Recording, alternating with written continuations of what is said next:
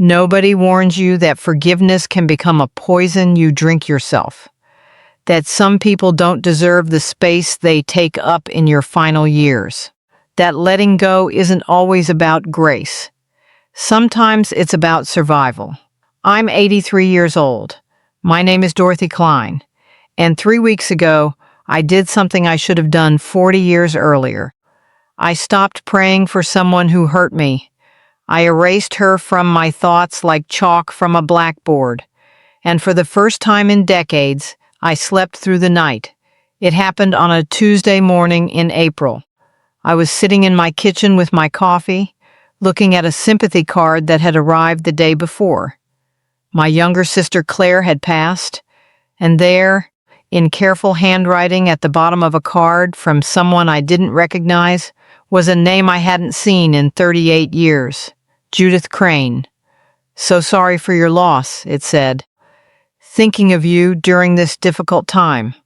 My hands started shaking so badly I had to put the card down. Everyone told me I should feel grateful, that it was big of her to reach out after all these years. My daughter Rebecca said, "Mom, maybe this is a chance to finally make peace." My son David said, "You're both old now.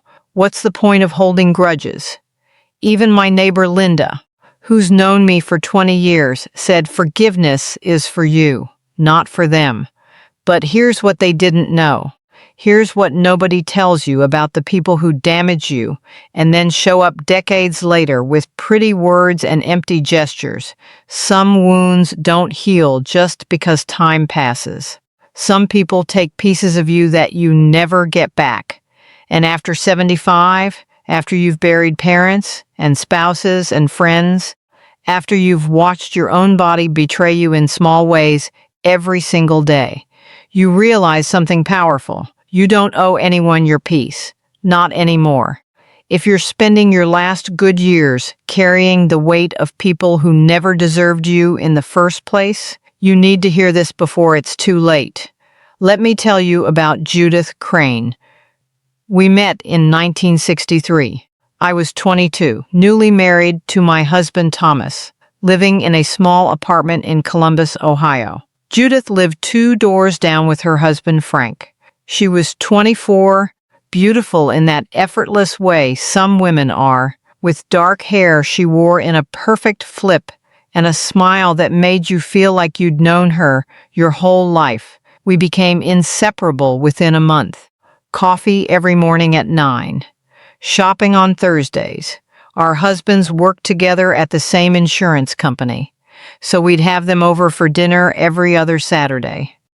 When I got pregnant with Rebecca in 1964, Judith threw me a baby shower in her living room with 17 guests and a cake she'd made herself.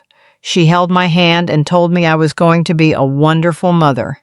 I believed every word she said. Thomas and I struggled that first year after Rebecca was born. Money was tight. He was working 60-hour weeks trying to get promoted. I was exhausted, alone with a colicky baby in a tiny apartment with thin walls. Judith would come over and hold Rebecca while I showered. She'd bring casseroles. She'd sit with me while I cried about how hard everything was. "You're doing amazing," she'd say. "Thomas is lucky to have you." In the spring of 1966, Thomas got his promotion. District manager. It came with a raise for $200 more a year, which felt like a fortune back then. We could finally breathe. We started talking about buying a house, maybe taking a real vacation. 2 weeks later, Judith showed up at my door at 7 in the morning. Her eyes were red.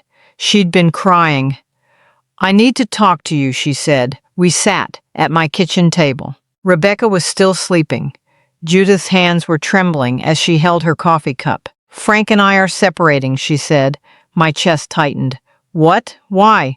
What happened?" She looked down. "There's someone else. He's having an affair?" "No." She met my eyes. "I am." The room went cold. I remember the exact pattern of sunlight on the linoleum floor. I remember the sound of a truck passing outside. I remember feeling like I was falling. "With who?" I whispered. She didn't answer right away. She just kept looking at me with those red, swollen eyes, and then she said, "Thomas." I don't remember what I said next. I know I stood up. I know I asked her to leave. I know she tried to explain, tried to tell me it had just happened, that they'd never meant for it to go this far, that she was so sorry. I told her to get out of my house. Thomas came home that evening like nothing was wrong. He kissed me on the cheek. He picked up Rebecca and made her giggle. He asked what was for dinner. "Judith came by this morning," I said. His face changed. Everything about him changed. The color drained from his cheeks. His shoulders dropped. He put Rebecca down very carefully in her playpen. "Dot," he said. "Let me explain. How long?" "It's not. How long, Thomas?" 4 months. 4 months. While I was nursing our daughter. While I was scrubbing floors and changing diapers and barely sleeping. While Judith was sitting in my kitchen, telling me I was doing amazing. "Are you in love with her?" I asked. He hesitated. That hesitation told me everything. "I don't know," he said. "I'm confused. I should have thrown him out that night. I should have packed his bags and changed the locks and never looked back." But it was 1966. I was 24 years old with a 1-year-old daughter and no job and no college degree. My parents had spent their life savings on my wedding 2 years earlier. I had nowhere to go, so I stayed. Thomas ended it with Judith, or so he said. She moved out of the building 3 weeks later.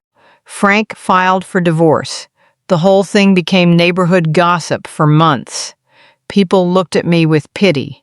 Some avoided me altogether. Thomas and I went to counseling. Father Murphy at St. Catherine's told me that forgiveness was the only path forward, that marriage was sacred, that I needed to pray for the strength to let it go. So I tried. I prayed every single day. I forgave Thomas. I told him I forgave him. I even believed it sometimes. We had our son David in 1968. We bought a house in 1971. Thomas got another promotion. We stayed married for 34 more years until he died of a heart attack in 2000. But here's what nobody tells you about forgiveness when it's forced. When you do it because you have no other choice. When you do it because everyone around you says it's the right thing, the holy thing, the mature thing. It doesn't heal you. It buries you. I never saw Judith again after she moved out of that building. Not for 38 years. I heard about her occasionally through mutual acquaintances. She remarried in 1969, had 2 kids, moved to Michigan, got divorced again in the 80s. I didn't care. I didn't want to know, but she stayed in my head anyway. Every time Thomas came home late from work, I wondered if he was seeing her. Every time he was distant or distracted, I wondered if he was thinking about her. Every argument we had, every moment of disconnect, every year that passed where I felt like I was living with a stranger wearing my husband's face, she was there, a ghost I couldn't exorcise. I wasted decades of my life on that ghost. After Thomas died, people told me I should feel relieved, free, ready to start fresh, but I just felt hollow. Like I'd spent my entire marriage in a waiting room, and now the appointment was canceled, and I'd never get that time back. My friend Helen, she's 79, lives in the same senior community I do now. She told me something 5 years ago that I didn't understand then. We were having lunch in the community dining room. She was talking about her ex-husband, Martin, who'd left her for his secretary in 1982. "I used to pray for him," she said. "Every night for years. I'd pray that he'd find happiness, that God would bless him. Everyone told me that's what forgiveness looked like." "That sounds very generous," I said. She shook her head. "It wasn't generous. It was self-destruction dressed up as virtue." "What do you mean?" "I mean, I was spending my energy on someone who took from me and never looked back. I was giving him space in my thoughts, in my prayers, in my daily life. And for what? He wasn't thinking about me. He wasn't losing sleep over what he'd done. He was living his life. And I was still organizing mine around him. So what did you do? I stopped. She said it so simply, like it was the most obvious thing in the world. I just stopped. Stopped praying for him. Stopped wondering about him. Stopped telling the story at dinner parties. I decided he didn't deserve any more of my time. Not even the time it took to forgive him. Doesn't that make you bitter? I asked. No, she said. It makes me free. I thought about that conversation for years. I told myself Helen's situation was different, that she was angrier than me, that I'd already forgiven Thomas, so it didn't apply. But that sympathy card 3 weeks ago, with Judith's name at the bottom, made something crack open inside me. That's when I learned the first thing nobody tells you about forgiveness after 75. It's not always the answer. Sometimes the answer is forgetting. Let me tell you about my neighbor Margaret. She's 81, survived breast cancer twice, lost her husband to Alzheimer's 6 years ago. She's one of the strongest women I know. Last year, her daughter Katie came to visit from California. Katie's 47 now. She brought her teenage son, Margaret's grandson, for the first time in 8 years. Margaret was so excited. She cleaned her apartment for a week, bought special groceries, made up the guest room with new sheets. They stayed for 4 days, and on the last day, Katie asked Margaret for money. I need $15,000, Katie said. They were sitting in Margaret's living room. I know because Margaret told me every word of this conversation later, still shaking. For what? Margaret asked. Does it matter? I'm your daughter. You have money saved. Dad's life insurance. I need help. Katie, I live on a fixed income. That money has to last. You're going to die with it anyway, Katie said. What's the point of hoarding it? Margaret went cold. She told me that's exactly how it felt, like someone had poured ice water through her veins. You came here to ask me for money, Margaret said. I came here to see you, Katie said. But yes, I also need money. I'm in trouble. What kind of trouble? It doesn't matter. It does if you want me to give you $15,000. Katie stood up. You know what? Forget it. I should have known you'd make this difficult. I'm not making anything difficult. I'm asking a reasonable question. You've always been like this, Katie said. Always so controlling. Always holding things over my head. I've never held anything over your head, Margaret said. I helped you through 2 divorces. I paid for rehab when you were 32. I've sent you money every time you've asked. And you've never let me forget it, have you? Margaret told me she just stared at her daughter, this woman she'd given birth to, nursed, raised, sacrificed for. Get out, Margaret said quietly. Mom, get out of my house. Take your son and leave. Katie left. She sent a text message 2 days later. I'm sorry you're so hurt. I hope one day you can forgive me for not being the daughter you wanted. Margaret showed me the text. Her hands were shaking. Everyone keeps telling me I need to forgive her, Margaret said. My sister says she's struggling and I should be compassionate. My son says she's family and I should keep the door open. Even my pastor says holding grudges will poison me. What do you want to do? I asked. I want to forget she exists, Margaret said, and then she started crying. Is that terrible? Is there something wrong with me? I held her hand across the table. No, I said. There's something right with you. You finally figured out that some people, even people you love, don't deserve access to you anymore. Margaret didn't respond to Katie's text. She didn't call. She didn't send money.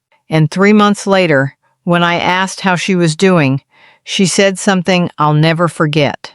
I feel lighter, she said. For the first time in decades, I feel light. That was the first reason I started reconsidering everything I'd been taught about forgiveness. But it wasn't enough to change my mind. Not yet. The second reason came from somewhere I didn't expect. My son David came to visit in May, about 3 weeks after I got that sympathy card from Judith. He's 55 now, lives in Atlanta with his wife and 2 teenage daughters. We were having dinner. I'd made pot roast, his favorite, and he asked about Aunt Claire's funeral. It was beautiful, I said. Small, just how she would have wanted it. I'm sorry I couldn't make it, he said.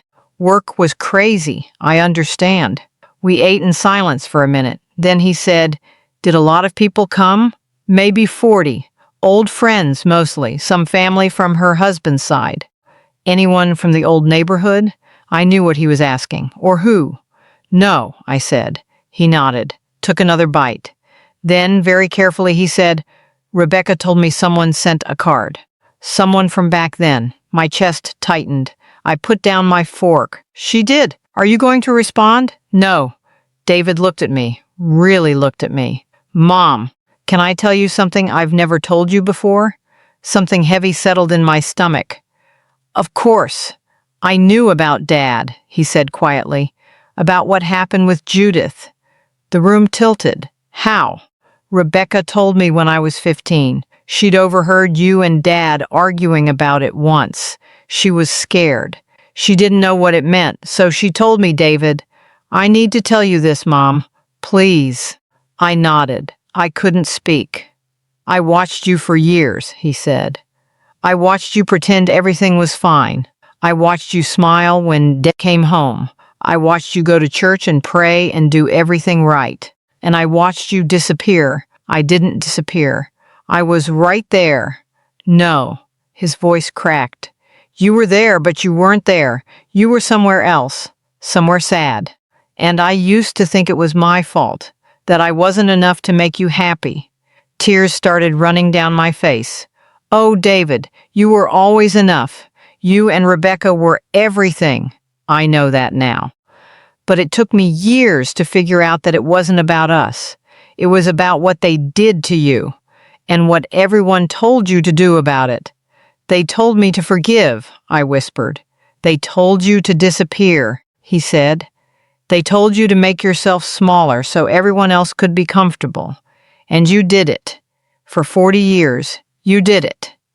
He reached across the table and took my hand. "You don't have to anymore," he said. "You don't owe anyone your forgiveness. Not her. Not even Dad's memory.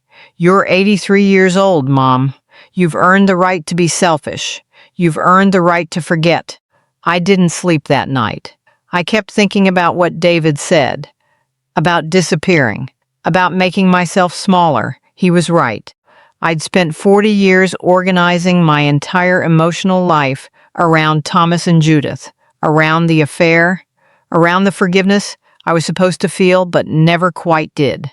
I'd made it the central story of my marriage, the central wound of my life, and they'd moved on. Thomas was dead. Judith was living somewhere in Michigan, probably thinking about her own problems, her own regrets. Neither of them was spending their nights thinking about me, but I was still spending my nights thinking about them. The next morning, I took that sympathy card out of the drawer where I'd hidden it. I read it one more time. "So sorry for your loss. Thinking of you during this difficult time. Such empty words. Such cheap grace." I tore it up, slowly, into tiny pieces, and I threw it away. And then I did something else. Something I hadn't done in 40 years. I stopped praying for forgiveness. I stopped praying for peace with the past. I stopped asking God to help me let it go. Instead, I prayed for the strength to forget, to erase, to reclaim the space in my mind and my heart that I'd been giving to people who didn't deserve it. It felt like rebellion. It felt like sin. It felt like freedom. My friend Carol, she's 78, a retired school teacher. She told me something last week that made me realize I wasn't alone in this. We were sitting on the bench outside the community center, watching some kids play in the park across the street. She was quiet for a long time. Then she said, "My brother died last month." "Carol, I'm so sorry. I didn't know you had a brother. I didn't talk about him," she said. We hadn't spoken in 30 years. What happened? She took a breath. When my mother was dying, this was back in 1993, she had about $40,000 in savings. She wanted to split it between us, $20,000 each, but Robert convinced her to leave it all to him. Told her I was financially stable and didn't need it. Told her he was struggling. Was he? No. He was a corporate lawyer making 6 figures. I was a single mother working 2 jobs. She shook her head. I tried to fight it after she died, but she'd changed the will 6 weeks before she passed. It was legal. There was nothing I could do. That's horrible. Everyone told me to forgive him, that he was family, that our mother wouldn't want us estranged. So I tried. I really did. I sent him Christmas cards. I called on his birthday. I reached out every few years. Did he respond? Sometimes. Briefly. But he never apologized. Never acknowledged what he'd done. And every time I reached out, I felt a little bit smaller. She turned to look at me. 5 years ago, I stopped. I just stopped trying. And people judged me for it. My cousins thought I was being petty. My own daughter said I should be the bigger person. But here's the truth, Dorothy. He took something from me that I can never get back. Not just the money. Though God knows that would have changed my life. He took my mother's last months. He poisoned them, and I don't owe him forgiveness for that. I don't owe him anything. Did you hear about his death? I asked. His son called me, asked if I wanted to come to the funeral. Did you? No, she said it firmly. And I don't feel guilty about it. I feel relieved. He's gone, and I never have to think about whether I should reach out again, whether I should try one more time. I'm free of him. Finally, we sat there in silence. 2 old women who'd spent decades carrying weight that was never ours to carry. You know what nobody tells you about getting old?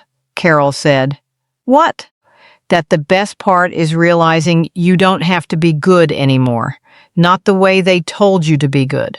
Forgiving and forgetting and keeping peace and making everyone comfortable. You can just be done. You can just say no. You can just forget. Here's what I learned, what I'm still learning. Forgiveness isn't always healing.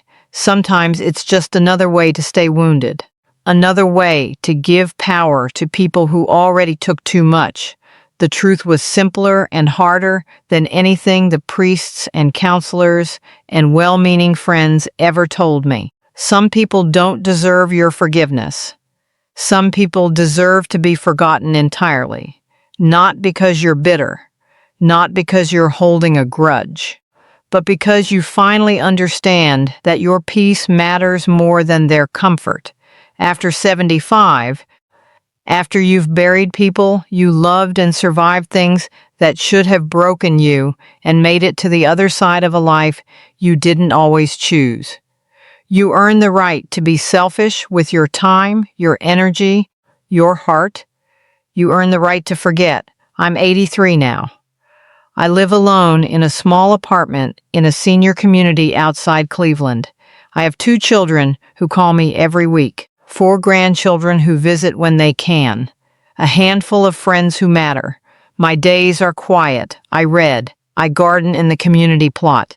I play cards on Thursday nights with Helen and Carol and a woman named Susan who just moved in last month. I don't think about Thomas and Judith anymore. Not the way I used to. Not with that old weight pressing on my chest. Sometimes I wonder what would have happened if I'd left in 1966, if I'd been brave enough to start over. But that wondering doesn't hurt the way it used to. It's just curiosity now. Not regret. I threw away every photo of Judith years ago. I donated the few things Thomas left behind that I'd been keeping in boxes. I stopped telling the story at dinner parties or therapy sessions or late-night conversations with friends. I erased them. Not from my history, I can't do that, but from my present, from my daily thoughts, from the space I reserve for people who actually love me. Maybe one day I'll see Judith again. Maybe she'll show up here, wanting to talk, wanting closure, wanting forgiveness. But I don't think I'll give it to her, not because I'm angry, but because I finally learned that some people don't deserve space in your final years. That forgetting isn't failure, it's freedom. And I've never slept better in my life. Thank you for sitting with me, for listening to something I've never said out loud quite this way before. If you want to sit with me again, I'll be here. Still learning that being good doesn't always mean being kind to people who hurt you. Take care of yourself, whatever that means for you.